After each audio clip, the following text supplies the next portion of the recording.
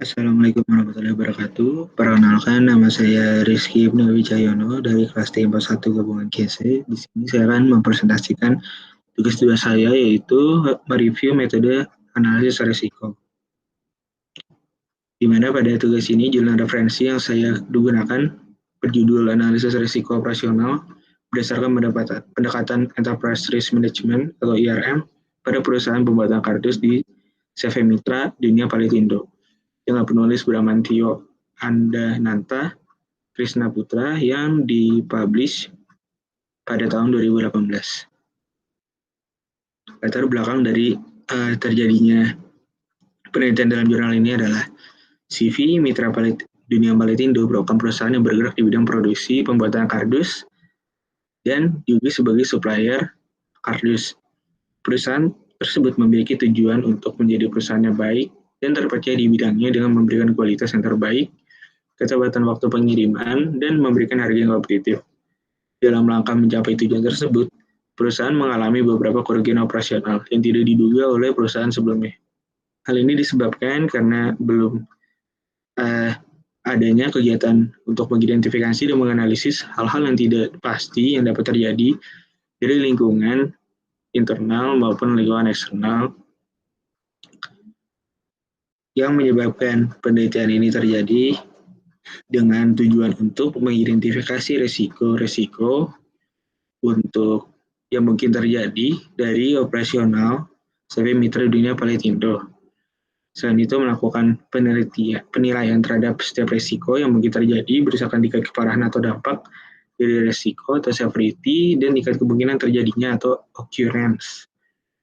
Selain itu juga mengidentifikasi penanganan risiko yang dapat dilakukan serta memberi rekomendasi atau saran perbaikan yang dapat dilakukan perusahaan untuk menangani risiko-risiko yang mungkin terjadi. Metode pemecahan masalah yang digunakan dalam jurnal ini yaitu metode Enterprise Risk Management atau IRM dengan fokus pada risiko operasional perusahaan. IRM yang digunakan dalam penelitian ini merupakan versi COSO yang mengandung 8 komponen, yaitu yang pertama lingkungan internal, di mana komponen ini menentukan warna dari sebuah organisasi dan memberi dasar bagi cara pandang terhadap risiko dari setiap orang yang berada dalam organisasi tersebut. Lingkungan internal ini termasuk filosofi manajemen risiko dan risk appetite, di mana nilai-nilai etika dan integritas dan lingkungan di mana kesemuanya tersebut berjalan. Komponen berikutnya itu penentuan tujuan atau objective setting, di mana manajemen harus menentukan tujuan dari organisasi agar dapat mengidentifikasi dan mengakses serta mengelola risiko. Komponen berikutnya merupakan identifikasi kejadian, di mana komponen ini mengidentifikasi kejadian-kejadian potensial baik yang terjadi di lingkungan internal maupun eksternal organisasi yang dapat mempengaruhi strategi atau mencapai tujuan dari organisasi. Komponen berikutnya merupakan penilaian risiko atau risk assessment.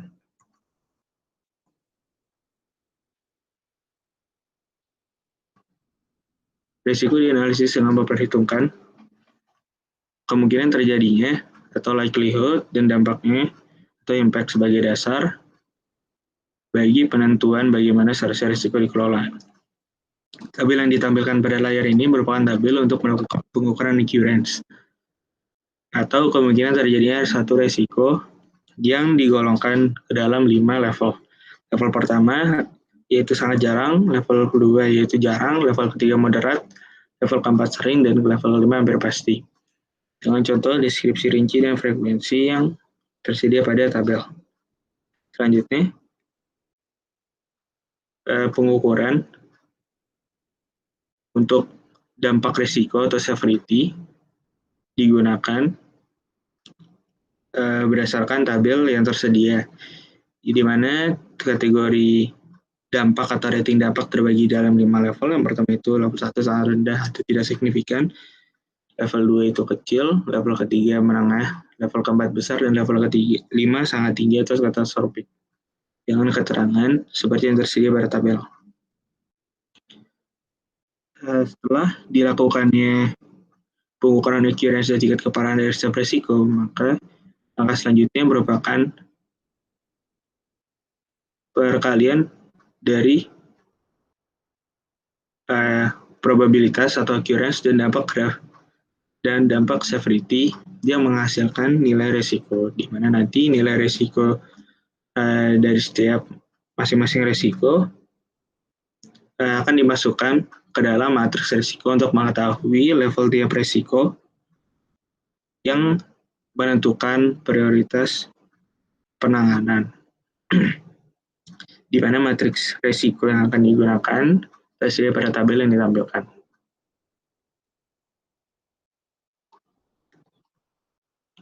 Selanjutnya, komponen kelima dari IRM yaitu respons resiko. Respons resiko merupakan tindakan yang diambil perusahaan untuk menangani hasil dari penilaian resiko, di mana jenis respons resiko didapatkan berdasarkan hasil risk scoring dengan batasan yang tersedia pada tabel yang sedang ditampilkan, di mana penilaian 1 hingga 3 risiko dapat diterima dan memiliki kriteria untuk manajemen risiko yaitu pengendalian yang cukup, skor 4-6 itu dipantau dengan pengendalian yang cukup, level ke-6 sampai level ke-9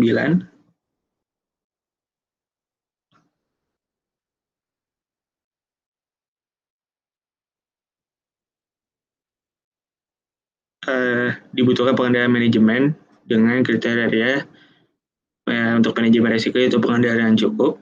Level 10 sampai 14 itu harus menjadi perhatian manajemen atau urgent dengan kriteria dapat diterima hanya dengan pengendalian yang sangat baik atau excellent. Dan yang terakhir level risiko dengan rentang 15 sampai 25 tidak dapat diterima atau unacceptable, sehingga dengan kriteria dapat diterima hanya dengan pengendalian yang sangat baik atau excellence.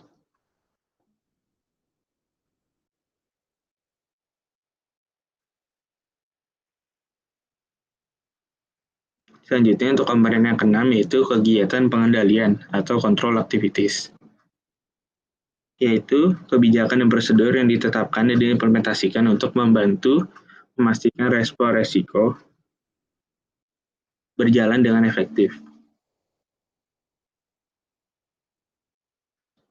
Selanjutnya yaitu komponen ketujuh, informasi dan komunikasi.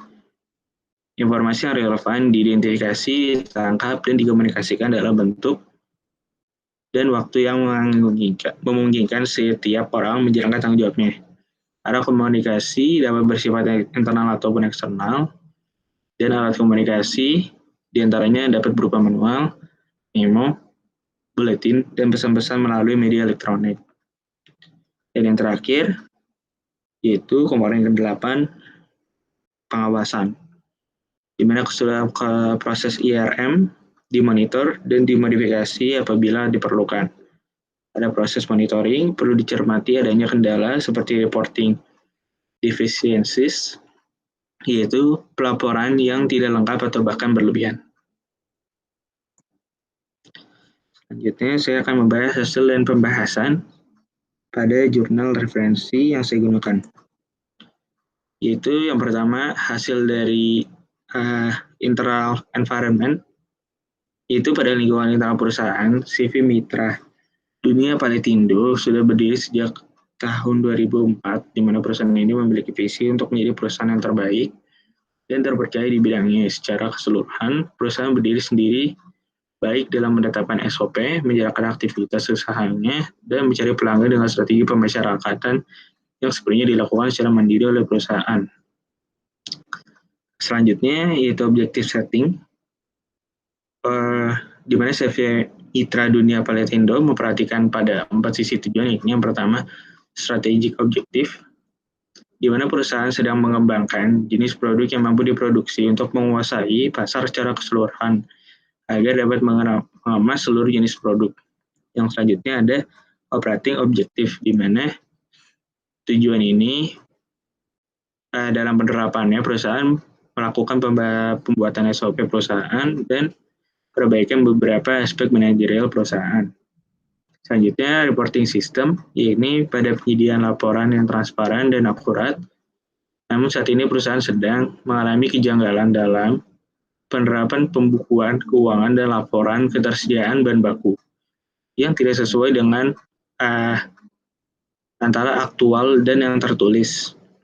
Dan yang selanjutnya, yang terakhir yaitu compliance objektif, di mana tujuan ini yaitu pematuhan peraturan pemerintah. Selanjutnya, terdapat identifikasi risiko.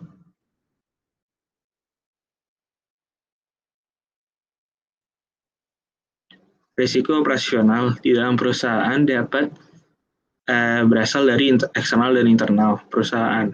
Pihak eksternal yang sangat berpengaruh dalam operasional perusahaan adalah customer dan supplier. Operasional, risiko operasional yang berdasarkan yang berasal dari lingkungan internal dapat berasal dari sistem kerja atau kinerja dari pegawai secara keseluruhan, di mana beberapa bagian yang dapat menghambat operasional perusahaan adalah bagian produksi dan sistem pergudangan. Dikarenakan lantai produksi dan gudang bahan baku maupun bahan jadi perusahaan digabung menjadi satu, sehingga apabila terjadi masalah pada sistem pergudangan bahan baku, maka hal ini akan mengakibatkan masalah pada penyimpanan bahan jadi dan area produksi. Tabel yang disediakan merupakan hasil dari identifikasi risiko yang terjadi pada perusahaan, di mana setiap risiko dibedakan berdasarkan jenisnya, lalu diberi nomor atau kode untuk setiap kejadian risiko yang seperti terdapat pada tabel, yaitu A1, A2, A3, dan seterusnya. Lalu nama risiko yang dapat terjadi dan penyebab serta sumber risiko. Tabel yang sedang ditampilkan pada layar merupakan lanjutan dari tabel sebelumnya yang sama berisikan identifikasi risiko pada perusahaan. Selanjutnya, setelah dilakukan identifikasi risiko, dilakukan penilaian risiko. Di mana penilaian risiko mengandung 32 risiko yang dapat terjadi dalam perusahaan. Penilaian risiko dilakukan berdasarkan tingkat kemungkinan terjadi dan tingkat keparahan risiko. Untuk tingkat probabilitas atau kemungkinan terjadinya risiko atau occurrence dibagi menjadi 5 golongan. Sementara untuk tingkat keparahan atau dampak atau severity dibagi juga menjadi 5 golongan yang telah dijelaskan sebelumnya. Penilaian risiko dilakukan untuk mendapatkan risk scoring yang dapat dilihat pada tabel pada kolom paling kanan, di mana hasil dari scoring tersebut didapatkan dari hasil perkalian nilai severity dan nilai occurrence. Tabel yang sedang ditampilkan pada layar merupakan hasil dari penilaian setiap risiko yang terdapat dalam perusahaan, di mana terdapat 32 risiko seperti yang telah disebutkan, dan tabel yang sedang ditampilkan ini merupakan lanjutan dari tabel sebelumnya. Setelah dilakukannya penilaian, maka risiko-risiko tersebut dimasukkan ke dalam matriks untuk memudahkan dalam mengetahui risiko yang paling tinggi prioritasnya untuk ditangani dengan memasukkan nilai setiap occurrence dan severity dari tiap risiko, di mana sumbu X merupakan tingkat keparahan dari suatu risiko atau severity yang terbagi menjadi 5 kategori, dan sumbu Y merupakan tingkat probabilitas atau kemungkinan terjadinya risiko yang terbagi juga dalam kelima kategori. Lalu, berdasarkan hasil penilaian sebelumnya dapat dilihat pada tabel yang sedang ditampilkan, setiap risiko-risiko berdasarkan tingkat prioritasnya.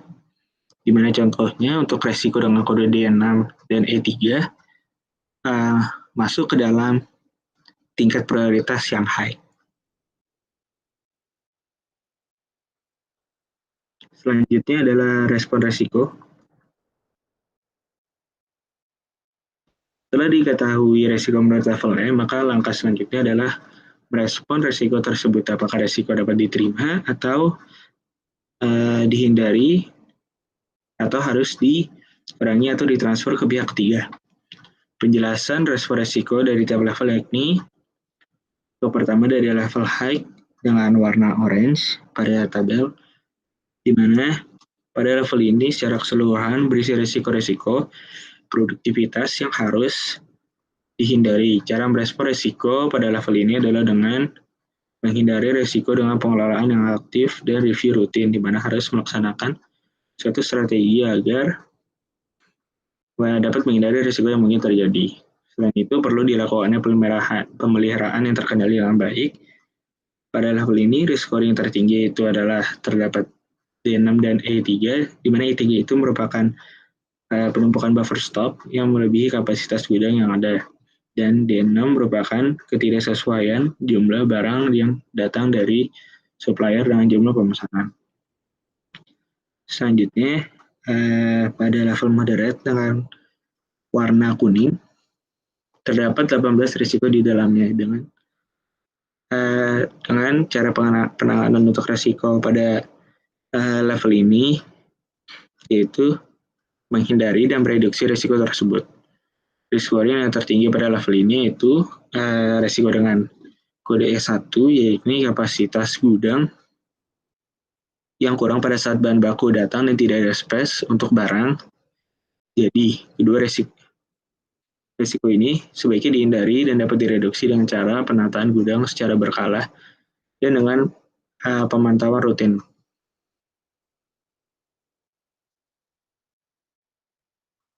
Selanjutnya untuk level low dengan kode warna merah muda, di mana pada level ini terdapat 10 resiko dengan resiko tertinggi yaitu E2, yaitu merupakan kesalahan pengambilan bahan baku maupun bahan jadi. Lalu juga terdapat E4 dengan resiko kesalahan pencatatan antara barang aktual dengan dokumentasi, dan selanjutnya ada resiko dengan kode J1 yaitu penumpukan sisa potongan kardus karena pengepul yang tidak mengambil. Selanjutnya ada A3, di mana pekerja menurun dan kelalaian pekerja meningkat. B1, pelaksanaan kerja tidak sesuai SOP, dan B2, performansi rantai produksi menurun. Respon risiko pada level ini adalah dengan menanggung dampak yang akan dihasilkan dari risiko tersebut perlu. Selain itu, diperlukan juga pengendalian internal yang efektif dan adanya strategi yang berfokus pada pemantauan setiap kejadian risiko yang mungkin terjadi. Reduksi pada level ini juga dapat dilakukan dengan melakukan training pada karyawan dan pembaruan SOP. Lalu selanjutnya, kegiatan pengendalian risiko. Setelah dilakukannya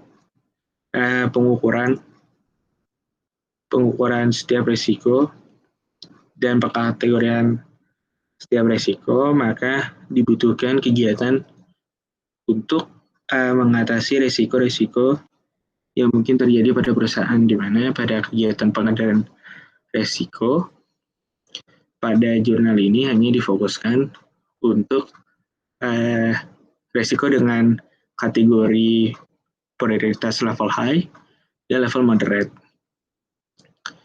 yang untuk dihindari dan reduksi dengan kegiatan pengendalian risiko seperti yang ditampilkan pada layar. Di mana contohnya pada level high,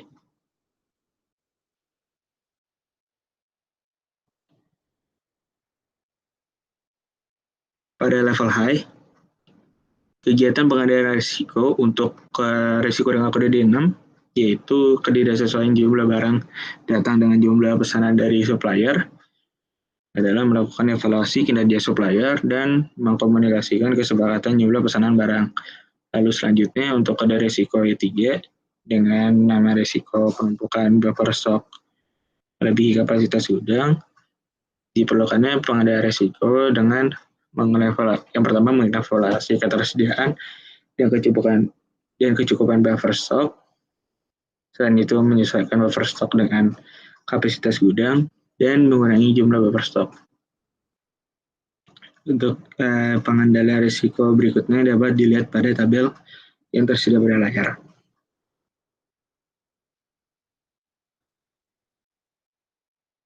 Sekian presentasi dari tugas saya. Mohon maaf bila masih banyak kekurangan. Wassalamualaikum warahmatullahi wabarakatuh.